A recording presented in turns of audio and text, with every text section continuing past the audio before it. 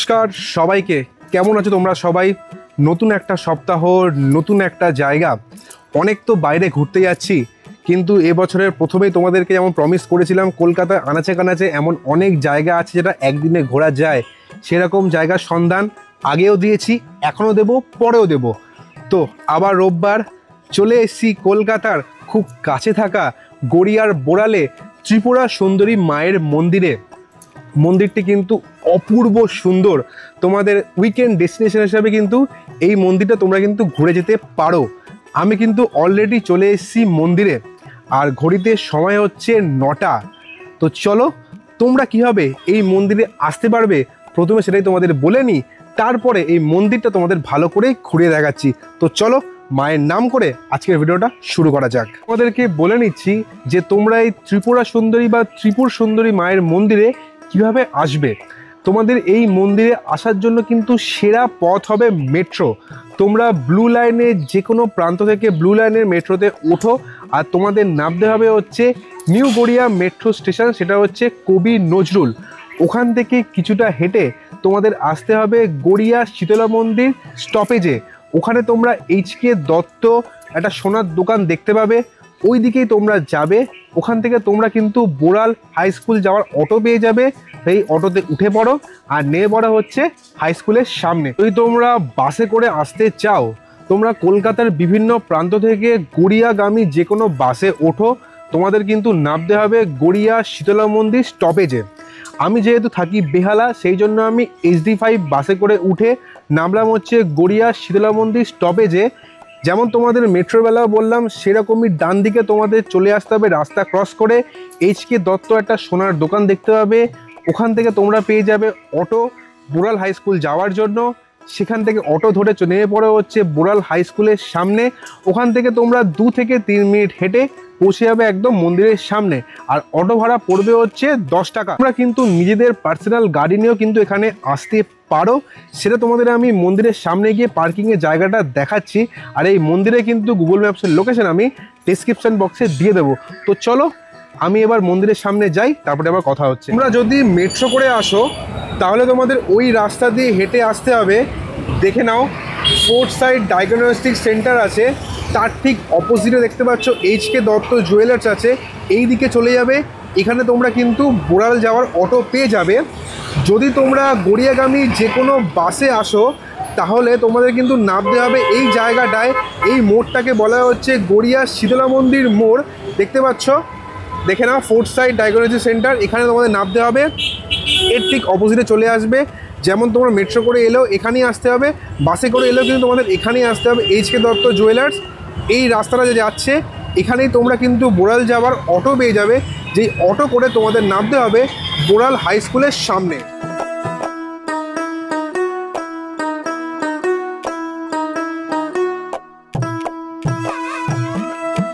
তোমরা অটো করে এলে দেখতে পাচ্ছ বোড়াল হাই স্কুল, আর এর ঠিক পাশেই রয়েছে শ্রী শ্রী ত্রিপুরা সুন্দরী মন্দিরের যাওয়ার তোরণ। এখান দিয়ে তোমাদের কিন্তু ভেতরে যেতে হবে। তোমরা অটো করে এলে তোমরা কিন্তু এই জায়গাটায় নামবে, আর এখান থেকে যেতে হবে মন্দিরের সামনে। তো চলো, এবার আমিও মন্দিরের কাছাকাছি যাই। চলে এসেছি ত্রিপুরা সুন্দরী মায়ের মন্দিরের একদম সামনে। এটা হচ্ছে মন্দিরের এন্ট্রি গেট। আমি নামলাম হচ্ছে বোড়াল হাই স্কুলের সামনে, আর বোড়াল হাই স্কুল থেকে এই মন্দিরে আসতে কিন্তু হেঁটে আমার সময় লাগলো 2 থেকে 3 মিনিট, বেশি দূরত্ব নয়। এবার তোমরা যদি বয়স্ক মানুষ নিয়ে আসো, তাহলে কিন্তু তোমরা ওখান থেকে অটো পেয়ে যাবে, টোটো পেয়ে যাবে মন্দিরের সামনে অবধি আসার জন্য। আমি হেঁটেই এলাম। তো চলো, এবার মন্দিরের ভেতরে যাওয়া যাক, আর পুরো মন্দিরটা তোমাদের ভালো করে ঘুরিয়ে দেখানো যাক। এটাই হচ্ছে মন্দিরের মেন এন্ট্রি গেট, আর এর সামনে দেখতে পাচ্ছ রাস্তা, মোটামুটি চড়া রাস্তাই আছে। তোমরা যারা নিজের গাড়ি নিয়ে আসতে চাইছো, 2 চাকা বা 4 চাকা, 2 চাকা রাখার কিন্তু মোটামুটি ভালোই জায়গা আছে, কিন্তু 4 চাকা রাখার জায়গা কিন্তু তুলনামূলকভাবে কম আছে এখানে। যেমন তোমাদের বাইরে দেখালাম, বাইরেও পার্কিংয়ের জায়গা আছে, তেমন কিন্তু মন্দিরের ভেতরেও দেখতে পাচ্ছ এখানে কিন্তু তোমরা 4 চাকার গাড়ি পার্কিং করতে পারবে, বাইকও পার্কিং করতে পারবে। আর বাইকে রাখার জন্য কিন্তু এখানেও একটা জায়গা আছে। মোটামুটি এখানে কিন্তু অনেক কটা বাইকই এঁটে যাবে। আর বড় গাড়ি আসলে কিন্তু এখানে মোটামুটি 4 চাকার গাড়ি 6-7টা আরামসে তোমরা কিন্তু রাখতে পারবে। মোটামুটি বাইরে আর ভেতরে মিলে কিন্তু অনেকটাই পার্কিংয়ের জায়গা আছে। হচ্ছে মন্দিরের মুখ্য গেট। এই গেট দিয়ে ঢুকে যেমন তোমরা দেখতে পাচ্ছ একটা ছোট দোকান আছে। তোমরা যদি মন্দিরে পুজো দিতে চাও তাহলে কিন্তু তোমরা এই দোকান থেকে মিষ্টি, ধূপকাঠি, মোমবাতি, আলতা, সিঁদুর কিনে কিন্তু মায়ের মন্দিরে গিয়ে পুজো দিতে পারবে। মন্দিরের ভেতরে ঢুকেই প্রথমেই রয়েছে প্রায় 100 বছরের পুরনো প্রাচীন একটি বটগাছ এবং তার নিচে রয়েছে সেনদিঘি খননের সময় পাওয়া মা তারার একটি মূর্তি এবং তার পাশে যে রয়েছে আম গাছটি। ওখানকার লোকের মুখে আমি শুনেছি যে সারা বছরই এই আম গাছে মুকুল এবং আম দেখা যায়। সত্যি কথা, এটা কিন্তু অবিশ্বাস্য। এখন যে মন্দিরটি তোমরা দেখতে পাচ্ছ এটি হচ্ছে নারায়ণ এবং শিব মন্দির। 25শে মে 1994 সালে এই মন্দিরটি স্থাপিত হয়েছে। সেনদিঘি খননের সময় অনন্ত শয্যায় নারায়ণ মূর্তি পাওয়া যায়। সেই মূর্তির সাথে একটি মা কালীর মূর্তি এবং একটি শিবলিঙ্গ নিয়ে এই মন্দিরটি স্থাপিত করা হয়েছে। মন্দিরটি কিন্তু সকাল 5টা থেকে দুপুর 1টা পর্যন্ত, আবার বিকেল 4টে থেকে রাত্রি 8টা পর্যন্ত কিন্তু খোলা থাকে। কিন্তু তোমরা কিন্তু ওই ভোর 5টার সময় এসে পুজো দিতে পারবে না, তখন এখানে মন্দিরে পুজো হয়। তোমরা কিন্তু সকাল 10:30টার পরে এখানে এসে কিন্তু মাকে পুজো দিতে পারবে, যা তোমরা মোটামুটি 1টা পর্যন্ত দিতে পারবে। তাহলে পুজোর টাইম যেটা তোমরা দিতে পারবে বা আমি দিচ্ছি সেটা হচ্ছে সকাল 10:30 থেকে দুপুর 1টা পর্যন্ত, আর বিকেলবেলা হচ্ছে 5টা থেকে রাত্রি 7:30টা পর্যন্ত। এই টাইমটা কিন্তু তোমরা মাথায় রাখবে। 5টা থেকে 1টা পর্যন্ত কিন্তু মন্দির খোলা থাকে, বিকেল 4টে থেকে 8টা পর্যন্ত কিন্তু মন্দির খোলা থাকে। আর পুজো দেওয়ার টাইম হচ্ছে সকাল 10:30 থেকে 1টা আর বিকেল 5টা থেকে সন্ধ্যে 7:30 পর্যন্ত। আর যদি তোমরা এখানে এসে মায়ের ভোগ প্রসাদ খেতে চাও তার জন্য কিন্তু তোমাদের কুপন কাটতে হবে। আমি এসেছি রোববার, আজকে লোক সংখ্যা খুবই কম এখানে, সেই জন্য এখানে কিন্তু আজকে ভোগ প্রসাদ হয়নি। এটা একটা দুঃখের বিষয় আমার। ভেবেছিলাম যে তোমাদেরকে দেখাবো, কিন্তু নিরাশ করব না, ইনফরমেশন তোমরা কিন্তু সবই পাবে। তোমাদের আমি এখন স্ক্রিনে যে ফোন নাম্বারটা দিচ্ছি, তোমরা যদি এখানে এসে ভোগ প্রসাদ খেতে চাও, যেদিন আসবে তার ঠিক আগের দিন সন্ধেবেলা বা বিকেলবেলা ফোন করে জিজ্ঞেস করে নেবে যে পরের দিন কি ভোগ প্রসাদ হচ্ছে। তাহলে কিন্তু তোমরা যদি ভোগ প্রসাদই খেতে চাও ওরমভাবে কিন্তু তোমরা জানতে পারবে। আরেকটা কথা বলে দিচ্ছি, তোমাদের কিন্তু ভোগ প্রসাদের জন্য যে কুপন কাটতে হবে, যার খরচা হচ্ছে 160 টাকা পার পার্সন, সেটার জন্য কিন্তু তোমাদের আসতে হবে সকাল 10টার মধ্যে মন্দিরে কুপন কাটার জন্য। তাই রোজ দিন কিন্তু এখানে ভোগ প্রসাদ যে হয় সেটা আমি বলতে পারবো না। যেদিন তোমরা আসবে আগের দিন তোমরা ফোন করে জেনে নেবে যে ভোগ প্রসাদ পরের দিন হচ্ছে কিনা। যদি তোমরা শুধুমাত্র পুজো দিতে আসো সেটা সপ্তাহে 7 দিনই পারবে, কিন্তু যদি পুজো দেওয়ার সাথে সাথে ভোগ প্রসাদ খেতে চাও তাহলে কিন্তু আগের দিন ফোন করে জেনে নেবে যে পরের দিন ভোগ প্রসাদ হবে কিনা। সেই অনুযায়ী তোমরা কিন্তু এসো। তোমাদের টাইমিং বলে দিলাম, ফোন নাম্বার বলে দিলাম। তো চলো এবার তোমাদের পুরো মন্দিরটা ভালো করে ঘুরিয়ে দেখাচ্ছি। এই মন্দিরের ইতিহাসও আছে, তারপরে যাবো হচ্ছে পুজো দিতে, সবই তোমাদের দেখাচ্ছি। মন্দিরে কিন্তু বিয়ে, অন্নপ্রাশন, পৈতে, শ্রাদ্ধ, বাৎসরিক কাজ সবই কিন্তু অনুষ্ঠিত হয়। তোমাদের আমি স্ক্রিনে আর ডেসক্রিপশানে যে ফোন নাম্বারটা দিয়ে দিলাম সেই ফোন নাম্বারে কন্ট্যাক্ট করলে কি তোমরা কিন্তু যাবতীয় তথ্য জানতে পারবে। এবার কোনটা কোথায় হয় সেটা তোমাদের একটু পরে আমি দেখিয়ে দিচ্ছি। এছাড়াও তোমাদের স্ক্রিনে একটা খরচার লিস্ট আমি দিচ্ছি, যেটা আমি এখানে দেখতে পেলাম। সেটা হয়তো এখানকার ভাড়া, সেটা তোমরা দেখে নিও। আর যদি তোমরা এখানে এই সমস্ত অনুষ্ঠানগুলো করতে চাও তাহলে কিন্তু তোমরা এই ফোন নাম্বারে কন্ট্যাক্ট করে এখানে সেই অনুষ্ঠানগুলো করতে পারো। এটা হচ্ছে মন্দিরের পিছন দিকের অংশ, এটা মন্দিরের পিছন দিক। আর এর ঠিক অপোজিটে দেখো তোমরা এই যে ঘরটা দেখতে পাচ্ছ, এখানে কিন্তু শ্রাদ্ধ, বাৎসরিক কাজ কিন্তু এই জায়গাতেই অনুষ্ঠিত হয়। এটা হচ্ছে মন্দিরের সামনের দিকের অংশ, আর তার ঠিক পাশেই দেখতে পাচ্ছ এটা হচ্ছে নাট মন্দির। এখানে কিন্তু বিয়ে, অন্নপ্রাশন, পৈতে সব কিন্তু যদি তোমরা করাতে চাও তাহলে কিন্তু এই জায়গাতে অনুষ্ঠিত হবে। এই যে জায়গাটা দেখতে পাচ্ছ, তোমরা যদি মায়ের ভোগ প্রসাদ খেতে চাও তাহলে কিন্তু তোমাদের যে কুপনটা কাটতে হবে সেটা কিন্তু এখান থেকে কাটতে হবে। যে নিয়ে নিয়েছি পুজোর ডালা, আর ঘড়িতে এখন সময় অলমোস্ট বাজে হচ্ছে 10:30। তো চলো এবার মন্দিরের দরজা খুলবে, এবার যাবো মায়ের কাছে পুজো দিতে। মা ত্রিপুর সুন্দরীর মন্দির। মা ত্রিপুর সুন্দরী ভীষণ জাগ্রতা, সেটা নিচেকে দিয়ে জানতে হয়। এই মন্দির প্রতিষ্ঠা করেছিলেন বল্লাল সেন মহাশয়। আনুমানিক 700 বছর মন্দিরের বয়স। মন্দিরে এসে মায়ের কাছে কেউ কিছু চাইলে মা তাকে ফেরান না, ঠিক অন্তর দিয়ে বললে নিশ্চয়ই তার কাজ হয় এবং হয়েওছে অনেক। মায়ের একটা দিঘি আছে পিছন দিকে, যে দিঘিতে মা শাখা পরে হাত দেখিয়েছিলেন ব্রাহ্মণকে এবং শাখারিকে। মায়ের পাশে একটি শিব কালীর মন্দির আছে, লক্ষ্মীনারায়ণ আছেন, অনন্তসজ্জা নারায়ণ আছেন, যেটা পুকুর খনন করতে গিয়ে পাওয়া গেছিল সেটা। মায়ের মন্দিরের ভিতরে একটা তারা মায়ের ছোটো মন্দির আছে নিচে, সেটাও ওই পুকুর খননের সময় পাওয়া গিয়েছিল। তন্ত্রে আমরা মায়ের দুটি নামের কথা জানতে পারি, একটি হচ্ছে মা ত্রিপুর সুন্দরী আর অপর নাম হচ্ছে মা ত্রিপুরা সুন্দরী। প্রথম নাম ত্রিপুর সুন্দরী হবার কারণ হচ্ছে তিনি স্বর্গ, মর্ত, পাতাল এই তিনটি পুরের পালন কর্ত্রী, এবং দ্বিতীয় নাম ত্রিপুরা সুন্দরী হওয়ার কারণ হচ্ছে তিনি প্রবল পরাক্রমশালী ত্রিপুরা নামে এক অসুরকে নিধন করেছিলেন, এবং এই দেবীর ভৈরবের নাম হচ্ছে শ্রী শ্রী পঞ্চানন দেব।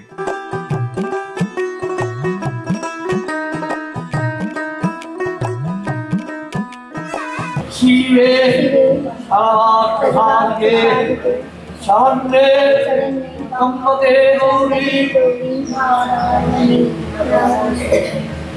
নমঃ মহেশনাভি কমলস্তিকা ত্রিপুর সুন্দরী চতুর্বাহ নবধাত্রী ষোড়শী পরমাভা সদবে চ মর্তে চ পাতালে চ পার্বতী মহেশ্বরী স্বরূপে ত্রিপুর সুন্দরী নমস্তে। ঘড়িতে এখন সময় হচ্ছে দুপুর 12টা, অলমোস্ট 10:30টায় শুরু হয়েছিল পুজো। তোমাদেরকে তো মায়ের দর্শন করালাম, পুজোটা দেখাতে পারলাম না কারণ পুরোহিত মশাই বারণ করছিল ভিডিও না করার জন্য। দেখো, পুজো দিতে এসেছি, সবসময় তো ভিডিও চক্করে থাকলে হয় না যে সব কিছু ভিডিওতে ক্যাপচার করব, ওটা কিছুটা মন থেকেও হয়। বা আমি যদি ভিডিওতে সব দেখিয়ে দিই তোমরা এসে কি দেখবে? তো পুজো দিয়ে সত্যি কথা বলতে মনটা জুড়িয়ে গেল।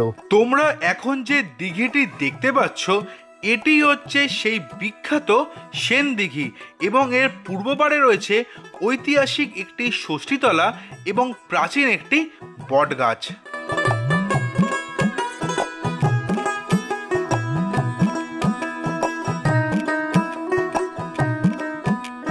সবেমাত্র আউটরো শেষ করে মন্দিরে ঢুকলাম, কারণ ওখান থেকে একটু জলের বোতলে জল ভরে রওনা দেবো বাড়ির উদ্দেশ্যে। হঠাৎই একজনের সাথে দেখা হলো, যে জিজ্ঞেস করলো যে আপনারা কি আজকে ভোগ প্রসাদ পেয়েছেন? আমি বললাম না, আমি যখন প্রথমে এসেছিলাম তখন জিজ্ঞেস করেছিলাম যে ভোগ প্রসাদ পাবো কি না। বললো না, আজকে ভোগ প্রসাদ হচ্ছে না। তখন মনটা একটু খারাপ হয়েছিল, কিন্তু ওনারা বললো না, আমি তো ভোগ প্রসাদ কালকে মানে গতকালই ফোন করে তারা মানে বলে রেখেছিল যে আমরা আসবো, যেন আমরা যেন ভোগ প্রসাদ পাই। তখন আমার মনে কিউরিয়াসিটি জাগলো যে তাহলে আমরা অফিসে গিয়ে জিজ্ঞেস করি যে আমরা কি ভোগ প্রসাদ পাবো, কিন্তু সময় তো অলমোস্ট 12:30টা হয়ে গেছে। তাও আমি একবার অফিসে গিয়ে জিজ্ঞেস করলাম, বললো যে না, এখন তো 12:30টা বেজে গেছে, ভোগ প্রসাদ তো মানে যারা যারা কুপন কাটার তো কেটে নিয়েছে, এখন তো আপনি পাবেন না। তাও আমি রিকোয়েস্ট করলাম যে, কারণ আমি এসেই জিজ্ঞেস করেছিলাম যে ভোগ প্রসাদ পাবো কি না, কিন্তু তখন বলেছিল না আজকে হবে না ভোগ প্রসাদ। সেই জন্য আমি সেটার বেশি গুরুত্ব দিইনি যে অফিসে গিয়ে জিজ্ঞেস করব। কিন্তু কথায় আছে না, ঠাকুর চাইলে সবই হয়। তাই ওনাকে অনেকবার রিকোয়েস্ট করার পরে উনি বললেন আপনারা বসুন, এখনো 1:30টা বাজে দেরি আছে, দেখছি আমি কি করা যায়। সুখবর পেয়ে গেলাম, মায়ের কাছে এসছি, মা তার সন্তানকে কোনোদিন খালি হাতে ফেরায় না। মনে একটু দুঃখ ছিল যে মায়ের ভোগ প্রসাদটা খেতে পারলাম না, কিন্তু অফিসে গিয়ে একটু রিকোয়েস্ট করার পরে উনি বললেন যে আপনাদের খালি হাতে ফেরাবো না, আপনারা যখন মা আর ছেলে এসছেন দুজনেই ভোগ প্রসাদ খেয়ে যাবেন।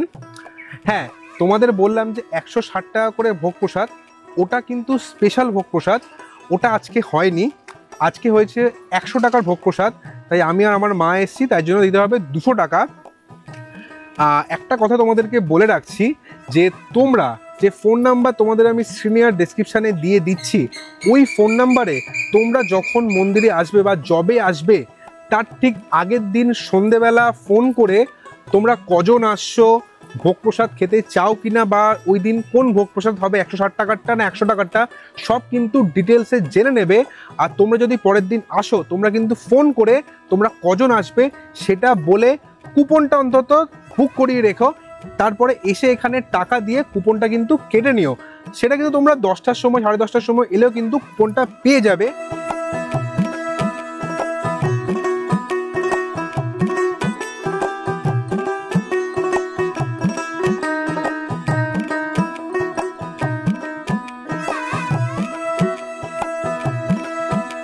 ঘড়িতে এখন সময় বাজে হচ্ছে 1:30। ভোগ প্রসাদ খেয়ে বেরিয়ে পড়লাম। ভোগ প্রসাদ কিন্তু 4 নম্বর ঘরে খাওয়ানো হয়। এবার কালকে আমি ওখানে অনেকের মুখে শুনলাম যে কালকে যারা জিজ্ঞেস করে এসেছিল যে ভোগ প্রসাদ আজকে পাওয়া যাবে কিনা, তাদের কিন্তু বলে দেওয়া হয়েছিল যে না, আজকে ভোগ প্রসাদ হবে না। এবার সেটা আমিও আসার পরে তোমাদেরকে বললাম, কিন্তু তোমাদের তো ভোগ প্রসাদটা দেখালামই আমি, কারণ ওখানে আমি মানে নিজে কিছু বলতে পারিনি সবার সামনে, কারণ সবাই খাচ্ছিল, আনকমফোর্টেবল হবে। দেখো 100 টাকার ভোগ প্রসাদ বলতে পারি খাওয়ার টেস্ট অনুযায়ী ঠিকঠাক, কিন্তু খাবার যে রিপিট করা সেটা কিন্তু হয়নি বেশি। অনেকে পায়েস চাইলো, সেটা কিন্তু রিপিট হলো না। তো এটা তোমরা একটু দেখে নিও।